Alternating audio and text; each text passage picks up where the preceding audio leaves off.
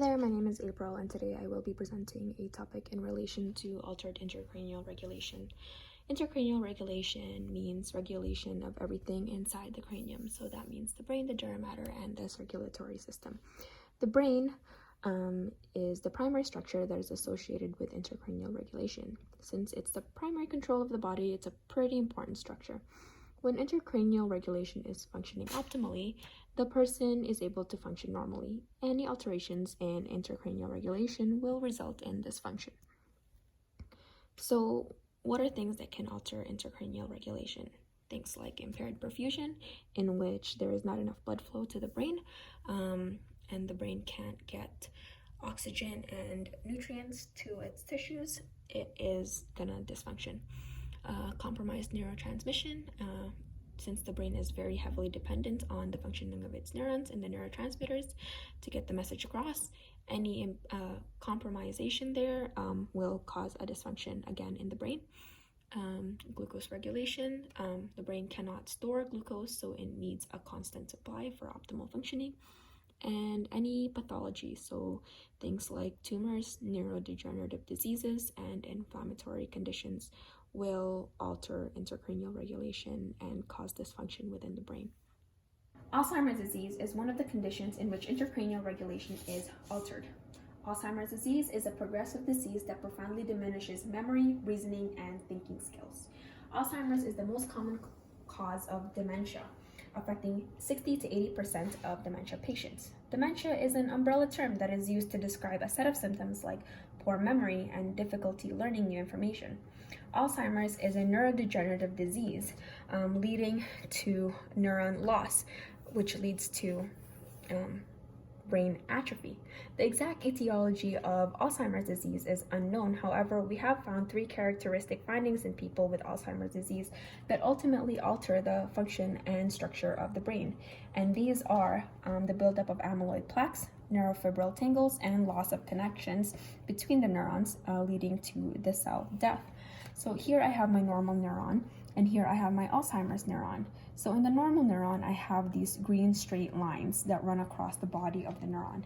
These green straight lines actually make it easier for the neuron to transport its contents from one end of the neuron to the other end of the neuron. But in Alzheimer's disease, or people with Alzheimer's disease, these microtubules actually get deformed and tangled up, and makes it very difficult for this neuron to transport its necessary contents to the other end of the neuron. You'll also notice, so these are the neurofibril tangles. You'll also notice a buildup of these plaques. So at the cell membrane of the neuron, there is a protein that is released called an amyloid beta. And these amyloid beta proteins are released outside of the cell, and they accumulate there, and they are not properly disposed of. So the accumulation of these, that results in the clumping of these amyloid beta proteins, and they make these little plaques outside of the neuron. And these plaques hinder and obstruct the messages that one neuron is trying to get at to another neuron. The structural damage to the neurons collectively result in a loss of connection, and eventually the cell undergoes apoptosis.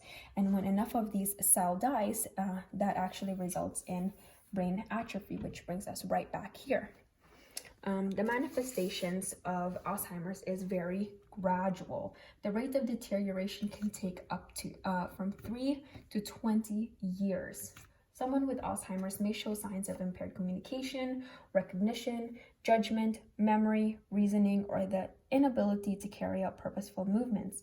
These actually can be summarized by the 7 A's of dementia, which is anosognia, agnosia, aphasia, apraxia, altered perception, amnesia, and apathy.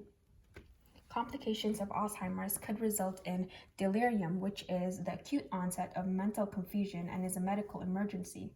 Depression could also develop due to the inability of the individual to cope with cognitive decline, and they can also place themselves at a risk for injuries such as falls.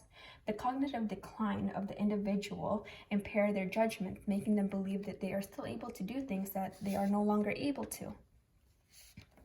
A comprehensive assessment of people with Alzheimer's disease need to focus on the patient and the patient's family or caregivers.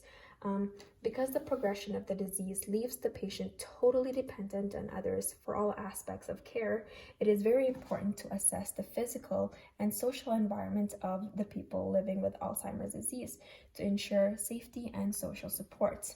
You can also assess their mental status, cognition, neurological symptoms, and psychiatric symptoms to help track the progression of the disease in the individual. It is also essential to do a functional assessment of the ADLs and instrumental ADLs of the person living with Alzheimer's disease to see what kind of supports and help they're going to need moving forward as the disease progresses. So there is actually no pharmacological cure in people with Alzheimer's disease. Pharmacological efforts are used to slow the progression of the disease. And even then, drugs used to treat Alzheimer's disease have efficacy that are modest at best. Nevertheless, we do have some drugs that help slow the progression. And here I have donepezil. Donepezil is an acetylcholinesterase inhibitor. So here I have my presynaptic neuron and my postsynaptic neuron. And here is my acetylcholinesterase, which eat up the acetylcholine. So acetylcholine actually functions not only as an excitatory neuron, but it also stabilizes the cognitive functioning in people with Alzheimer's disease. So if we inhibit these enzymes that naturally break down this acetylcholine, we are able to intensify the effect on the receptors, allowing the patient living with Alzheimer's disease the stabilized ability to speak, move, see, think, and intracranial regulation is connected to many other concepts. As we talked about earlier, impairment of gas exchange and perfusion to the brain leads to dysfunction. And a dysfunction in the intracranial regulation directly affects mobility and your cognitive abilities.